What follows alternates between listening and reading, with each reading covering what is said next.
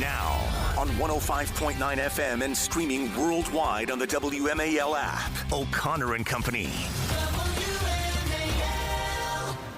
It is 8:06 on this last day of April. I can't believe it's the last day. The spring has gone so fast. You're listening to O'Connor and Company. Coming up at 8:35, General Jack Keane. Today is the 50th anniversary of the fall of Saigon. He'll comment on that. I'm Julie Gunlock, joined by Hans von Spakovsky. Good morning, Hans. You know, you got really good at saying my name, Julie. Oh, gosh. I was telling Hans that 4 years ago when I was first on the show and Larry introduced him, I thought to myself, I will never be able to say that name. No, and here I am. Look, it's just rolling off my tongue. Now, joining us now is a much easier name to say, Joe Concha. Good morning, Joe. Not really. You know, when people call me, it's a solicitation call. It's like, can we talk to Mr. Concha? I'm like, no, he died years ago. There you go. There you go. I think Seinfeld did that once. But anyway, how are you guys? Well, we're doing great. And, Joe, you've got a new book coming out, The Greatest Comeback Ever Inside Trump's big, beautiful campaign. I love the name. Tell us about it. Yeah, I wanted the title to be longer, actually, Julie. I wanted The Greatest Comeback Ever Inside Trump's big, beautiful campaign, ellipsis, unburdened by what has been. But HarperCollins, the publisher, like, we don't have enough room for that. I'm like, damn it. So fine. That's that. Look, it is the greatest comeback ever, right? I mean, you know, Jesus, pretty good comeback. Revolutionary War, Red Sox in 2004 over the Yankees. I know, I get it. But if we're talking in political context, and you think about the fact that this guy had 91 felony charges against him, the fact that he was nearly assassinated twice, Yeah. the fact that we have a hostile media to this day that want to make sure that either Joe Biden or Kamala Harris and goofy Tim Walz were occupying the Oval and wherever the vice presidential person sits. All those things, when you add it all up, and the fact that Donald Trump came back when a lot of people counted him out after January 6th, 2021, it was just seen as maybe it's Ron DeSantis' time. He vanquishes DeSantis. He beats Nikki Haley. He gets the nomination. He has that debate against Joe Biden. Biden's brain turns to applesauce on national television, even though I've been arguing, and you guys have for years, that that's been the case, basically, with Biden's cognitive decline for years. And then from there, 2 weeks later, he's nearly assassinated in Butler, Pennsylvania.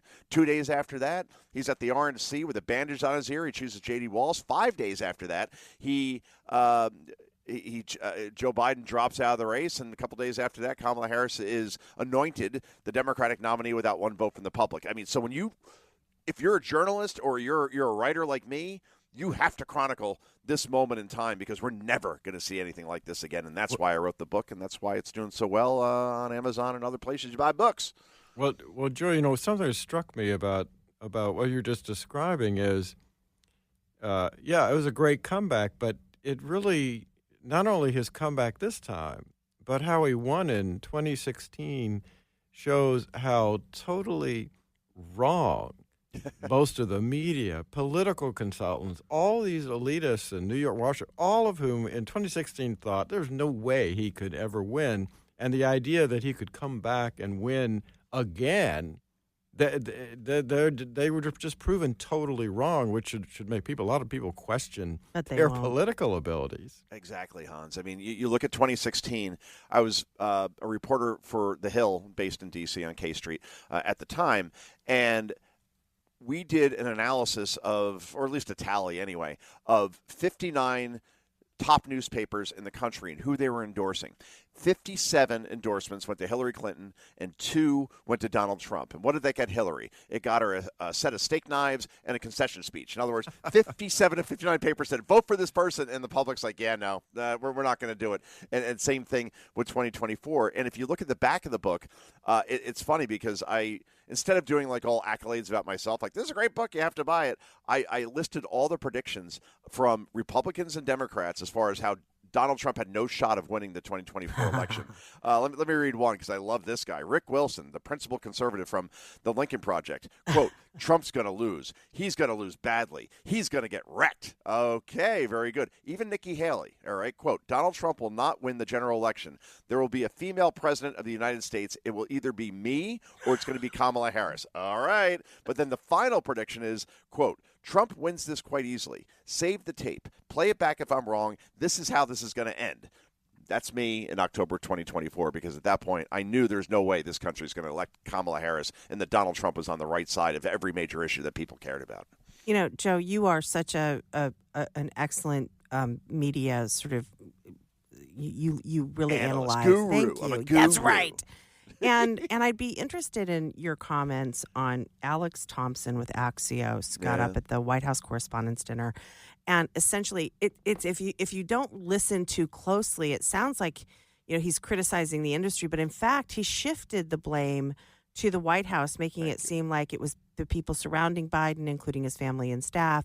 And we were just, we just didn't get it. Can you respond to that kind of comment? That enraged me, but I'd be really interested in. Is that going to work? Yeah. Alex, if you're listening, screw you.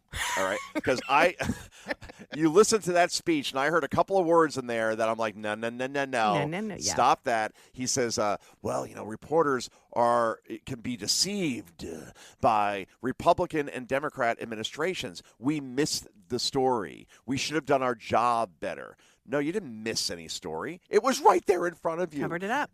Right. Not even like covered it, because you and I, Hans, Larry, it doesn't matter.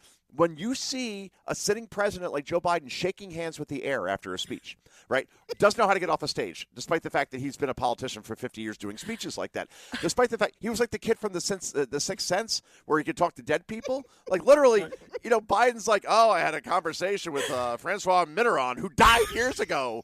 And you're like, come on, man. I mean, this is ridiculous. He had a list of reporters that he could only call upon. Right. I could go on and on. I forgot the names of his cabinet members.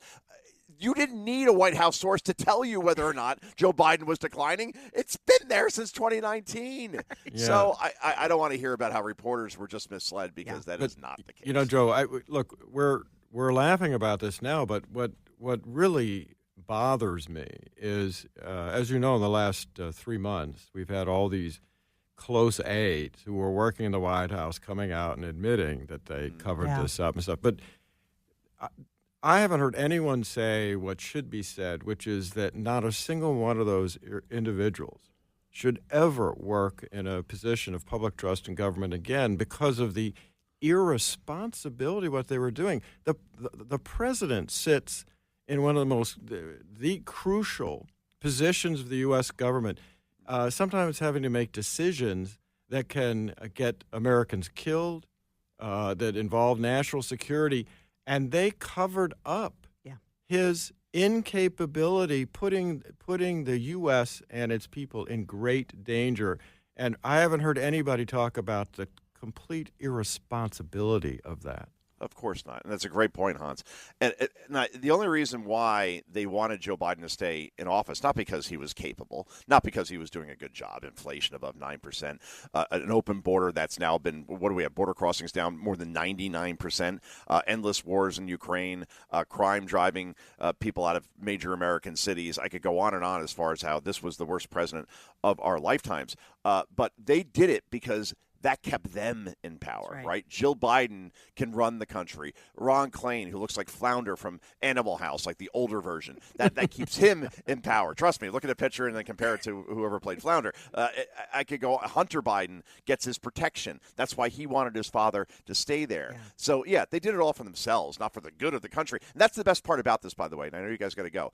When Democrats talk about they have to save democracy, you literally installed a candidate to run for president, Soviet style, in Kamala Harris, and you literally tried to cover up an old man who had no business being near the Oval Office for many years to keep your own power. That's not democracy. That is deception. That is delusion. And you're right, Hans. You're right, Julie. No one should be anywhere near public, as far as advisory again, as far as after what happened with Joe Biden. No question about it. But Donald Trump's in office right now, and I think things have gone quite well in the first 100 days. I know the polls say differently, but I don't trust the polls anyway, because that told me that Kamala Harris is going to be president. Go figure. Joe, I do love having a guest on who understands the clock, so thank you.